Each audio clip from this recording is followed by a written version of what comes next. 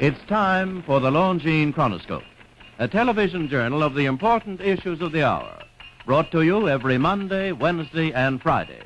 A presentation of the Longines-Wittnauer Watch Company, maker of Longines, the world's most honored watch, and Wittnauer, distinguished companion to the world-honored Longines. Good evening, this is Frank Knight. May I introduce our co-editors for this edition of the Longines Chronoscope? Larry Lasser from the CBS television news staff, and Louis Banks, associate editor of Time magazine. Our distinguished guest for this evening is the Honorable William A. Dawson, United States Representative from Utah. Now, corruption is an ugly word, but its outbreaks are not confined to either political party in this country. Now, some people blame it on the relatively low salaries paid to our elected and appointed officials. But our guest tonight holds some opposing views.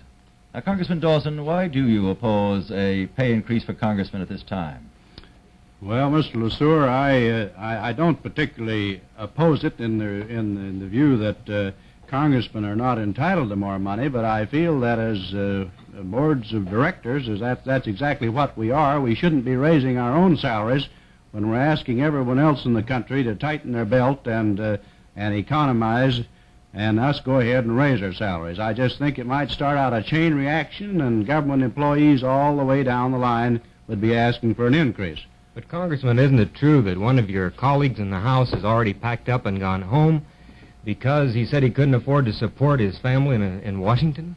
Well, of course, there are some who think they can't, and I think they might go home for some other reasons. But I think that any man who can't get along in Washington on $15,000 a year just as well pack up his bag and go home. We don't live